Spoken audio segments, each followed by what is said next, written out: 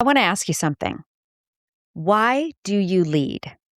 Not what do you do or what's your title or team size or area of responsibility, not those things. I mean, why? Why do you lead? Why did you say yes to that first offer of being a people leader, however long ago it was?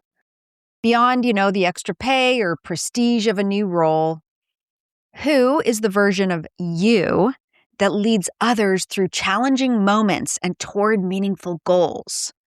Who do you hope to be when you walk into a room full of people who are counting on you?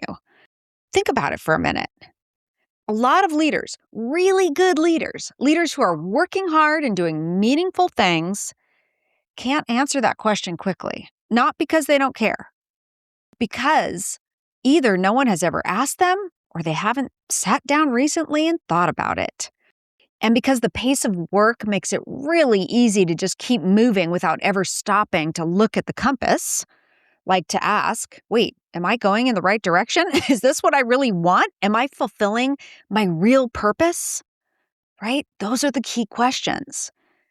And here's what I've learned after more than 2 decades, well more than 2 decades of working inside organizations with leaders at every level.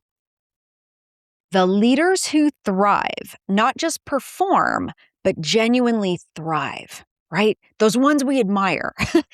They're the ones who know who they are as leaders. They have clarity about their values. They understand their strengths and how to put them into action.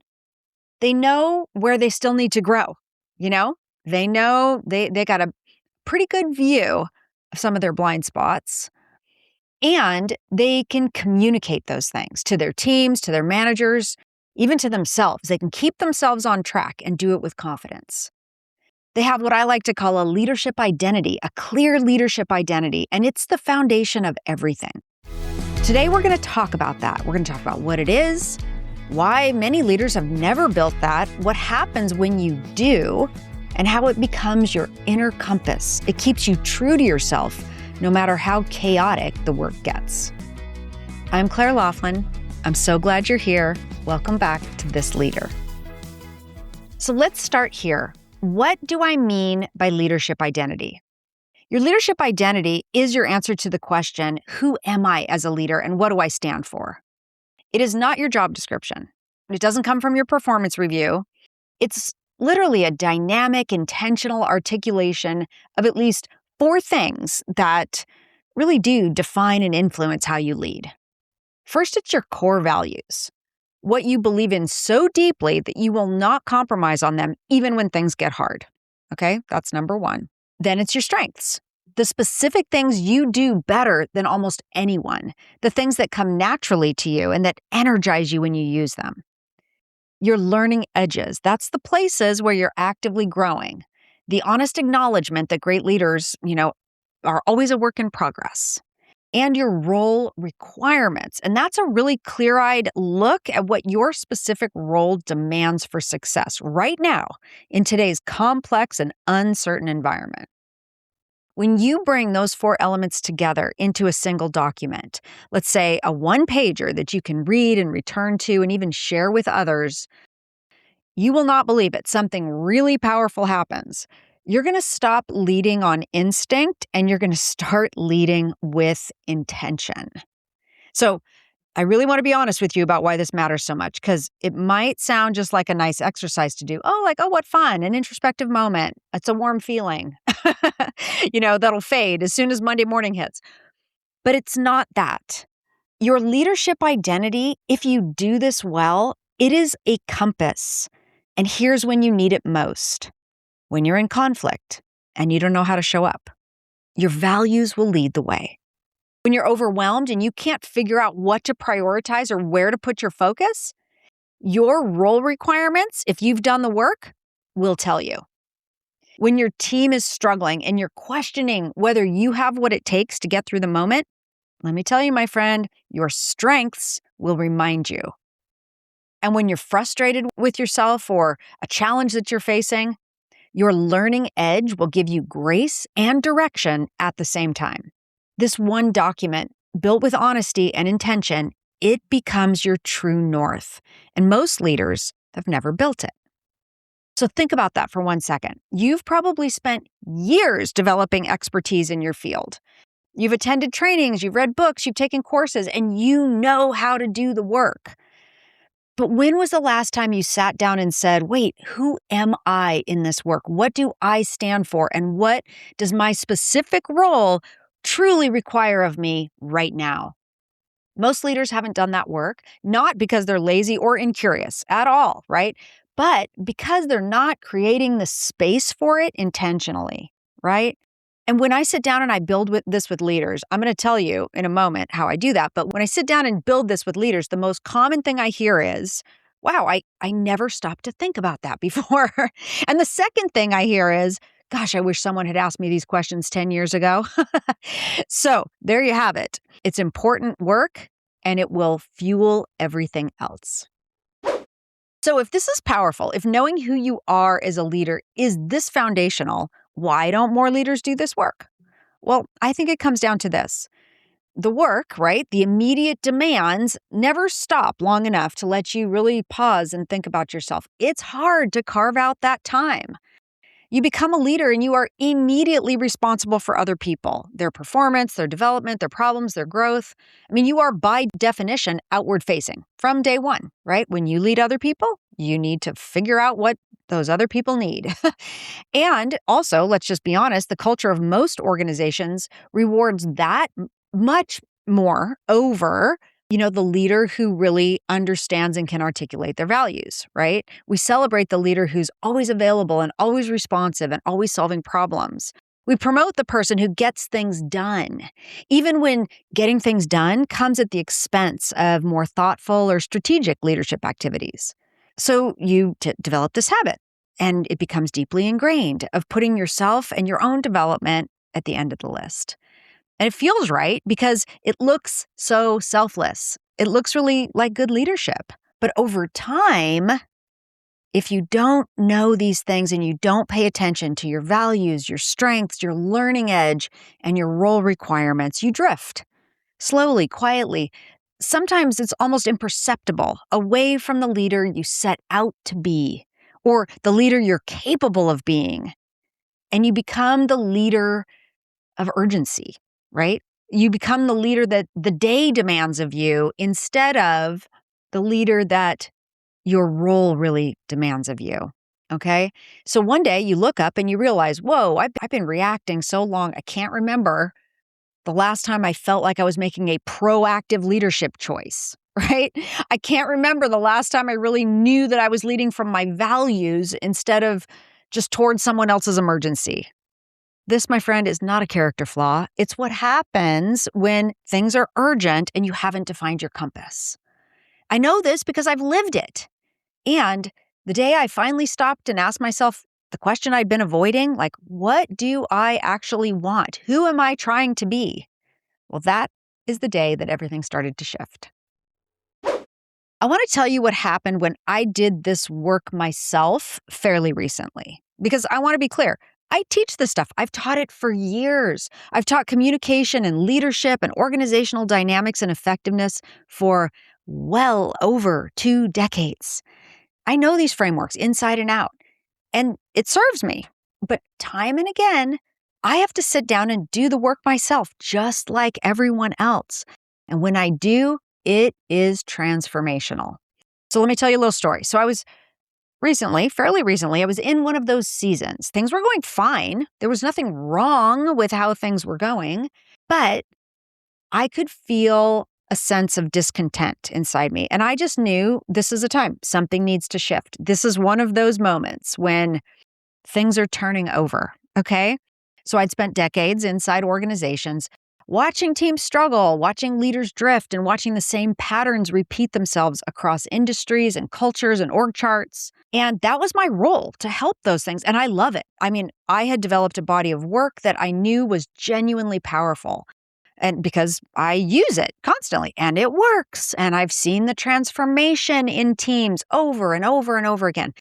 But my discontent was because I was ready to take it to the next level. I wanted to reach more people. I wanted to build something bigger and expand my impact. But if the truth be told, I kept getting in my own way. My strengths, it turns out, can also be weaknesses. Hello. I am someone who generates ideas constantly, new frameworks, new programs, new approaches. I can see a problem and almost immediately begin inventing a solution. And yes, this has served me well. It's genuinely one of my strengths. And in the language of Working Genius, which I know you've probably heard of if you've been listening a while, I talk about it a lot. I lead with invention and discernment. I use sort of my long history of decades of pattern recognition in this work to identify what's going on inside an organization or inside a relationship, and then I invent a solution. But even a strength can be overused and can sometimes become a liability. And in this time of discontent that I was experiencing, I realized that I needed to take a closer look. I needed to take a closer look at my values, my strengths, my learning edge, where my strengths were getting in my way, and what was changing in the world and what my role required. So let's start with values. Freedom. Number one, that is my number one value. I've literally a little rock that's sitting right next to me that says freedom that my friend painted for me. That's number one. I have always structured my life and my work around the ability to move, explore, do new things, do things my way, right? I know it's a non-negotiable for me. It's just such a core value. Adventure is another value. I'm energized by new challenges and new people and new territory. I don't do well when things get stagnant. That's not my jam, right? Joy. Joy is another value. I need to feel it. I need to feel it in the work and in the people I work with. And if the joy is gone, something is wrong. Full stop. And then there's another value, and it seems to sort of anchor all the others, and it's contribution. Because I've learned this about myself. Adventure is exhilarating and freedom is essential. But what makes life feel really meaningful is when those things are in service of something larger than me. When I'm genuinely, deeply contributing something meaningful to the world, in my estimation. So here it is. Here's contribution for me. I want to help unlock the untapped potential in leaders. I am a potential-focused kind of person. I want to achieve my own potential. I want to help other people do that. And I am so ready to do this at scale. I want to put my decades of experience to use inside of organizations that are ready to help unlock potential and create, teams and whole organizations that are full of energy and joy and real impact. That, my friend, feels like what my role requires from me right now. And that means that my focus needs to shift a little bit. Like instead of thinking about getting up and what is the training I have to deliver today or what's the program, or even what's the team I get to work with? All those things are fantastic, but they belong inside a larger umbrella, which is unlocking potential. That is the job. And honestly, recently, when I was doing this work, I was doing this thinking, and when I saw this clearly, I started to feel much more settled. I had been doing the work, but my focus was on the wrong thing. It was not on my deep purpose and values. So this new focus is a result of doing the work, of reconnecting with my values, of applying my strengths, of thinking about how my experience can show up in the future, and acknowledging my learning edge, right? The place where my strengths might actually be getting in my own way. When I look at all those things together, it's going to help me level up my role and make a much bigger impact. So rather than moving forward by continuing to just invent new things, right? I began the hard work of truly distilling what I know to get to the essentials. I wanted to take my years of hard-won wisdom about what actually works inside organizations and distill it and commit to it, okay? To sort of add less and refine more to get to those essentials. And my program, Evolve, is what happened when I applied that learning edge to myself. Evolve is the leadership development platform. You've probably heard me talking about it recently. It's a place for leaders to learn and grow and make a bigger impact themselves. It's not a new idea. It's the distillation of everything I know. It's structured into a clear, repeatable program that gives leaders exactly what they need and hopefully nothing they don't. And it started with the same work that I'm inviting you to do today. That's what I want you to hear. This isn't abstract. When I talk about identifying your values and understanding your strengths and really knowing your edge, I want you to see that it is not abstract. It's not just a nice idea for a quiet Sunday afternoon. It is actually transformational. Doing this work of finding your unique purpose and crafting your leadership identity is a foundation that's going to allow you to climb. It's going to allow you to make better decisions, to lead with more clarity, and to build something that reflects who you are and what you are born to do. Okay? Your true north, my friend, is already there. The work is simply naming it. Now, here's the challenge, and I want to be honest about this because I think it's the most important thing I can say. Insight without structure fades quick, fades fast, okay? You might be walking right now or driving or folding laundry, and if you are, I want you to come back to me because if something I've said today is landing, maybe you've been thinking about your values. Maybe something feels a little bit off to you. Maybe you know that something needs to shift. Maybe you're asking yourself what your role really requires from you now. Maybe you're starting to feel the gap between the leader you have become and the leader you know you're capable of being. That feeling, my friend, is real and it matters. But in no time at all, right? Once your walk ends or you arrive at your destination, you may not have the structure to build something with it. And that feeling, it can get buried under the inbox and the calendar and the back-to-back meetings that are probably coming up soon. This, my friend, is not a willpower problem. It's just a structure problem. The leaders who do this work, who build the clarity, who carry it forward, and who lead from it consistently, they don't do it alone. Generally, they do it with a coach, with a team. I have a team. I talk to my team about these things all the time, right? They may do it with a framework, a community of other leaders who are doing the same hard work. This is the structure that holds us accountable, not to someone else's standard, but to building our own. And that's what Evolve will do. So Evolve is my leadership development platform, and it starts exactly where we've been today, with you. Okay, the very first module in the Leadership Essentials course, before we talk about team dynamics or communication or culture, the very first module is called Leadership Identity. And in it, you're going to build a one-pager. You're going to do the work of your values, your strengths, your learning edge, and you're going to do a clear analysis of what your role requires for success. All of that brought together into a document that's specifically yours. You're going to walk away from Module 1 knowing yourself as a leader in a way that most people never do. And that foundation is going to be your North Star, and it's going to shape everything that comes after. From there, Evolve is going to take you through the practices that really build great teams and great cultures. How to have meetings and conversations that matter and move the needle. How to build trust that holds under pressure. How to coach your people instead of rescuing them. And how to create the kind of consistent standards that make your whole organization feel more aligned. But here's what makes it different from other leadership programs. You're going to have a coach beside you the whole time. Not just content to consume, not just a workbook to fill out and put on your shelf, but a thinking partner. Someone who knows you, knows your situation, and can help you apply what you're learning to what's in front of you right now. I want you to think of it like having a best friend who also happens to be a consultant. Someone you can sit down with and you can say, okay, here's what's happening. And you can get real, honest, practical answers. That's what I'm here for. That would help me achieve my greatest purpose in life and probably could help you achieve yours as well. The program Evolve, it's open to individual leaders who want to do this work for themselves, and it's available at the organizational level for teams and organizations who are ready to build a leadership culture that's consistent and coherent and genuinely strong from the inside out.